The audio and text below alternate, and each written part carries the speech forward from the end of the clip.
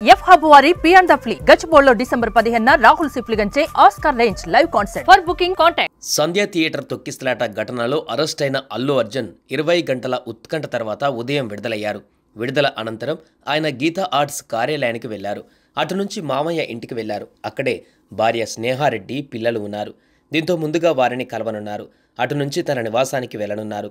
ఈ క్రమంలోనే అల్లు అర్జున్ తరపు న్యాయవాదులు కీలక వ్యాఖ్యలు చేశారు. తాము మరోసారి హైకోర్టును ఆశ్రయిస్తామని అన్నారు. ఎందుకు, ఏం జరిగింది?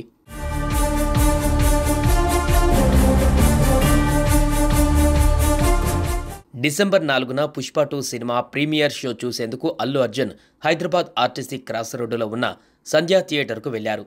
ఆ సమయంలో అక్కడ జరిగిన తొక్కిసలాటలో ఓ మహిళ చనిపోగా ఆమె కుమారుడు తీవ్రంగా గాయపడి చికిత్స పొందుతున్నారు. ఈ ఘటనలో ఇప్పటికే థియేటర్ యజమాని, మేనేజర్ను అరెస్టు చేసిన పోలీసులు శుక్రవారం ఉదయం అల్లు అర్జున్ను అదుపులోకి తీసుకున్నారు. అనంతరం ఆయనను నాంపల్లి కోర్టులో హాజరుపరచగా కోర్టు 14 రోజుల రిమాండ్ విధించింది. ఈ విషయంలో అల్లు అర్జున్ తరపు న్యాయవాదులు హైకోర్టును ఆశ్రయించగా మధ్యంతర బెయిల్ మంజూరు చేసింది. అయితే మధ్యంతర బెయిల్ పత్రాలు జైలు అధికారులకు అందకపోవడంతోనే అల్లు అర్జున్ రాత్రంతా జైల్లో ఉండవలసి వచ్చిందని చెబుతున్నారు.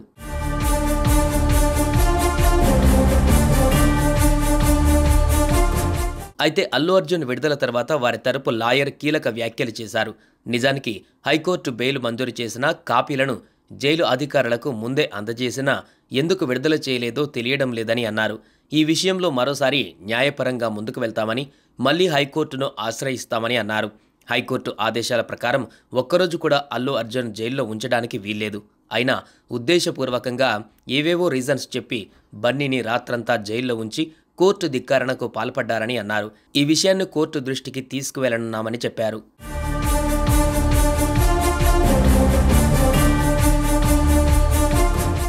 నిజంగానే జైలు అధికారులు అలసత్వం వహించారా, లేక నిజంగానే ఆన్లైన్లో కాపీలు అప్లోడ్ కాకపోవడం వల్ల ఇలా జరిగిందా అనేది జైలు అధికారులకి తెలుసు. ఒకవేళ అల్లు అర్జున్ తరపు న్యాయవాదులు గనుక హైకోర్టును ఆశ్రయిస్తే అప్పుడు కోర్టు ఏం చెబుతుందో చూడాలి. మరి సుమన్ టీవీలో మీ పర్సనల్ అండ్ బిజినెస్ ప్రమోషన్స్ కోసం కింది నెంబర్కి కాంటాక్ట్ చేయండి.